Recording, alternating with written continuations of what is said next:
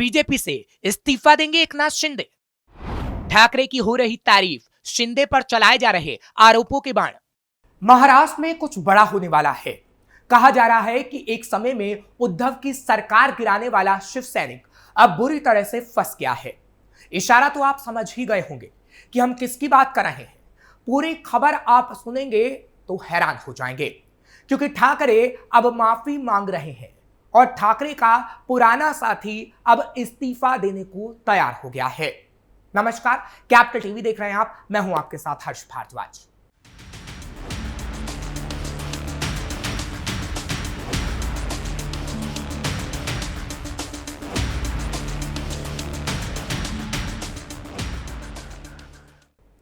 महाराष्ट्र में बीजेपी के कई नेता एकनाथ शिंदे का विरोध कर रहे हैं और उद्धव ठाकरे की तारीफ की जा रही है। ऐसे में महाराष्ट्र की राजनीति में कुछ बड़ा हो सकता है। अभी पिछले दिनों ही एक खबर सामने आई थी कि कई बड़े बीजेपी नेताओं ने भी एकनाथ शिंदे का विरोध जताया था। दरअसल मुंबई में सड़कों के कंक्रीटीकरण का काम चल रहा है, इसलिए हर जगह सड़कों को खोद कर रखा गया है। लेकिन सड़कों के काम में देरी के कारण मुंबई करों को परेशानी झेलनी पड़ रही है। पिछले दिनों विधानमंडल सत्र में भी मुंबई की सड़कों का मुद्दा जोर शोर से उठा। खासकर रुके हुए कामों को लेकर बीजेपी ने शिंदे की शिवसेना को घेर लिया था। यह लाइन एक बार फिर आपको दोहरा देते हैं। बीजेपी ने शिंदे की शिवसेना को घेरने का काम किया। शिंदे इस वक्त महाराष्ट्र के उप मुख्यमंत्री हैं, लेकिन बीजेपी के कई नेता उनका ही विरोध कर रहे हैं, जिससे कहा जा रहा है कि महाराष्ट्र की राजनीति में कुछ बड़ा हो सकता है। बीजेपी ने लगाया एकनाथ शिंदे पर बड़ा आरोप। मुंबई के कंक्रीट सड़कों के काम को लेकर बीजेपी ने अपने ही उप मुख्यमंत्री एकनाथ शिंदे को घेर लिया था। अब कहा जा रहा है कि एकनाथ शिंदे इस विरोध से खासे नाराज हैं और बात इस्तीफे तक पहुंच गई है। हालांकि यह खबर सूत्रों के हवाले से है, लेकिन हां, अगर ऐसा होगा तो महाराष्ट्र की राजनीति में बड़ा बदलाव हो सकता है, क्योंकि पहले ही उद्धव लगातार बीजेपी को घेरने का काम करते रहे हैं। क्योंकि हाल ही में महाराष्ट्र में फडणवीस को सीएम बनाया गया और शिंदे को उप मुख्यमंत्री। इस पर उद्धव लगातार कटाक्ष करने का काम बीजेपी पर करते रहे हैं। एकनाथ शिंदे को सीएम नहीं बनाए जाने से शिवसेना उद्धव गुट को एक बड़ा मुद्दा पहले से ही मिला हुआ है, क्योंकि उद्धव बार बार ये कह रहे हैं कि बीजेपी सिर्फ अपने काम के लिए लोगों का इस्तेमाल करती है। संजय राउत ने भी शिंदे बीजेपी में कलह की कही थी बात। पिछले दिनों शिवसेना यूबीटी के नेता संजय राउत ने भी पार्टी के मुखपत्र सामना में कहा था कि सीएम देवेंद्र फडणवीस और डिप्टी सीएम एकनाथ शिंदे के बीच रिश्ते खराब हो गए हैं और तनाव बढ़ गया है। इस वजह से महाराष्ट्र के विकास में बाधा आ रही है। सामना में साप्ताहिक कॉलम में संजय राउत ने कहा था कि हर दिन हम ऐसी परिस्थितियां देख रहे हैं जहां यह बिल्कुल स्पष्ट हो जाता है कि देवेंद्र फडणवीस और एकनाथ शिंदे के बीच अब कोई वास्तविक संवाद है ही नहीं। संजय राउत ने दावा किया था कि महाराष्ट्र विधानसभा में बड़ी जीत हासिल करने के बाद महायुति सरकार में एकनाथ शिंदे का रोल घट गया है। उन्होंने कहा कि शिंदे अक्सर महत्वपूर्ण कैबिनेट बैठकों से गायब रहते हैं। जब वो आते भी हैं तो काफी देर से आते हैं। 30 जनवरी को वर्ल्ड ट्रेड सेंटर में डिस्ट्रिक्ट प्लानिंग कमेटी की मीटिंग में 2.5 घंटे देरी से आए थे। उन्होंने दावा किया कि हाल ही में एक विमान यात्रा के दौरान उनकी मुलाकात शिंदे सेना के एक विधायक से हुई। विधायक के साथ हुई बातचीत के आधार पर संजय राउत कहते हैं, शिंदे अपने साथ हुए अपमान से बाहर आने को तैयार नहीं है।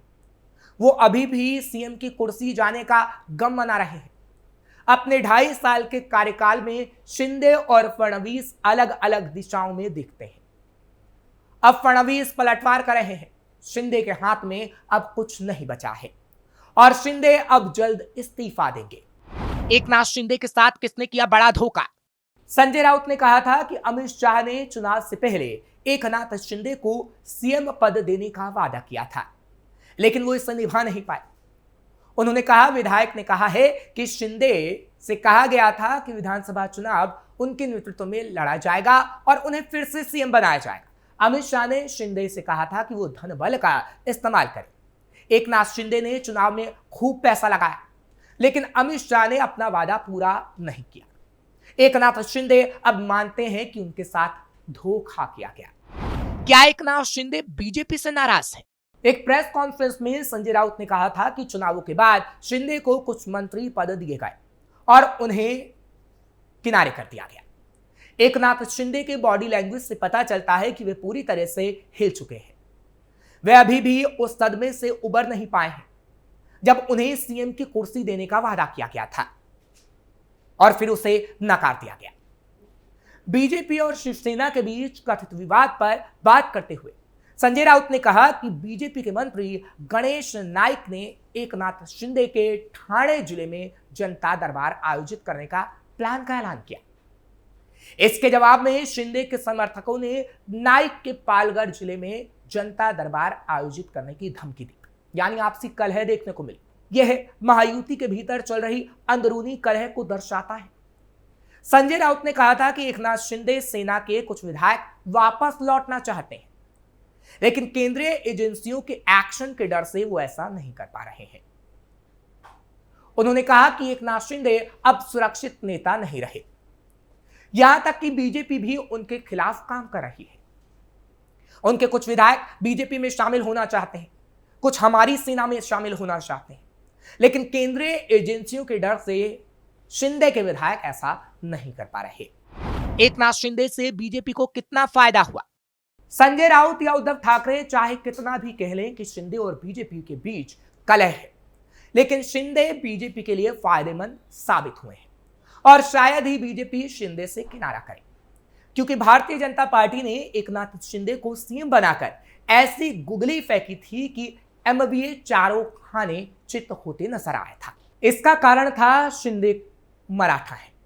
मराठा प्राइड को क्रैश करने की बीजेपी की रणनीति काम कर गई। बीजेपी बीच बीच में यह संदेश भी देती रही कि एकनाथ शिंदे फिर से मुख्यमंत्री बन सकते हैं। जरांगीर पाटिल के मराठा आंदोलन से एमवीए बहुत खुश था, पर बीजेपी की इस रणनीति के चलते उसे फायदा नहीं हो पाया। दूसरे शिवसेना यूबीटी को कमजोर करने में भी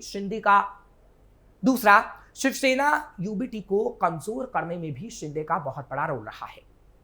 आम मुंबईया ने शिंदे को ही मराठा सम्मान का प्रतीक माना।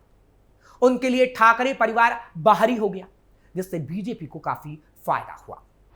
उद्धव के साथ शिंदे की वापसी असंभव। यह कहा जा रहा है कि बीजेपी से नाराज है। इस वक्त यह कहा जा रहा है कि शिंदे बीजेपी से नाराज है, तो शिंदे उद्धव के साथ हाथ मिलाएंगे, लेकिन ऐसा असंभव है क्योंकि उद्धव की राजनीति धीरे धीरे खत्म होती जा रही है।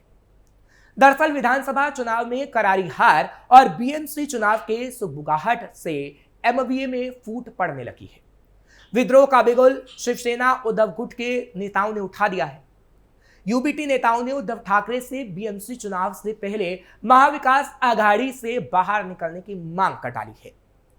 यूबीटी नेताओं का कहना है कि एमबीए में होने के कारण पार्टी की हिंदुत्ववादी छवि पर निगेटिव असर पड़ रहा है। इसका असर बीएमसी चुनाव पर भी पड़ सकता है। विधानसभा में सिर्फ 20 सीटों पर सिमटने के बाद महाराष्ट्र की सियासत में उद्धव ठाकरे अस्तित्व की लड़ाई लड़ रहे हैं।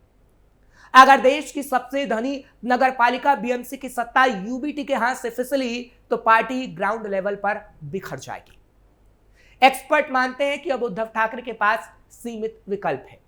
ये सारे विकल्प दांव लगाने जैसा है, जिसमें जीत के साथ हार की संभावना बनी रहेगी। उद्धव ठाकरे बीएमसी हारे तो सब खत्म। फरवरी 2025 में बीएमसी चुनाव होने की संभावना है। विधानसभा चुनाव में हार के बाद उद्धव ठाकरे दो राही पर खड़े हैं।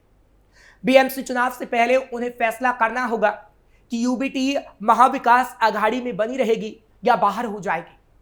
यह फैसला उनके लिए दोधारी तलवार भी साबित हो सकती है। अगर चुनाव में यूबीटी अकेले उतरेगी तो विपक्षी दलों का वोट बढ़ सकता है। इस बंटवारे का सीधा फायदा महाराष्ट्र की सत्ता में बैठने वाली बीजेपी को होगा। अगर उद्धव ठाकरे कांग्रेस और शरद पवार के साथ बने रहे तो शिवसेना के ट्रेडिशनल वोटर भड़क सकते हैं। विधानसभा चुनाव में वे इसका ट्रेलर देख चुके हैं। खतरा यह है कि बीएमसी में किसी कारण से होने वाली हार का असर पार्टी में होगा। बड़े नेताओं के अलावा ग्राउंड लेवल के कार्यकर्ता बीजेपी की ओर शिफ्ट कर जाएंगे और उद्धव की राजनीति पूरी तरह खत्म हो जाएगी। ऐसे में शिंदे उद्धव के साथ कभी नहीं आना चाहेंगे और बीजेपी के साथ ही रहना चाहेंगे। फिलहाल ये देखने वाली बात होगी कि शिंदे आखिर क्या करते हैं, क्योंकि अभी तो बस ये खबर है कि बीजेपी और शिंदे में नाराजगी है, लेकिन उद्धव के नेता शिंदे के इस्तीफे तक की बात कह रहे हैं। ऐसे में महाराष्ट्र की राजनीति में आगे क्या होगा, ये देखना काफी दिलचस्प होगा। फिलहाल आपको ये खबर कैसी लगी कमेंट सेक्शन में जरूर बताएं। खबर को लाइक शेयर करें, कैपिटल टीवी को सब्सक्राइब जरूर करिए।